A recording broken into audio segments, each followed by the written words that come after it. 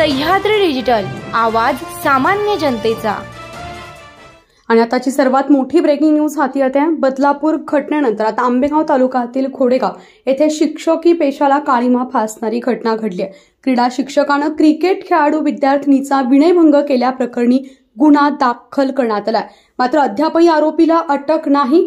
घोडेगाव येथील जनता विद्या मंदिर शाळेच्या क्रीडा शिक्षकानं क्रिकेट खेळाडू विद्यार्थिनीचा विनयभंग केल्याप्रकरणी पीडित मुलीच्या वडिलांच्या तक्रारीवरून घोडेगाव पोलिसांमध्ये गुन्हा दाखल करण्यात आलाय।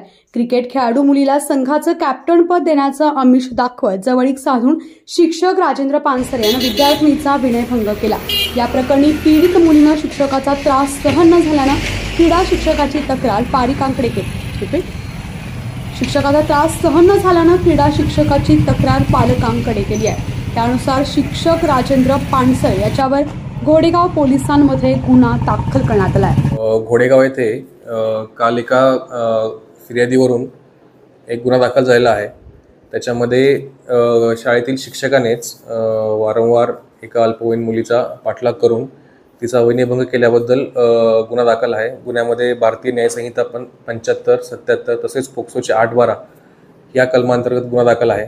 यातील आरोपीचा आम्ही शोध घेत आहोत। आरोपीचा शोध घेण्यासाठी आपण 2 पथकं काल रात्रीपासूनच तैनात केलेली आहेत।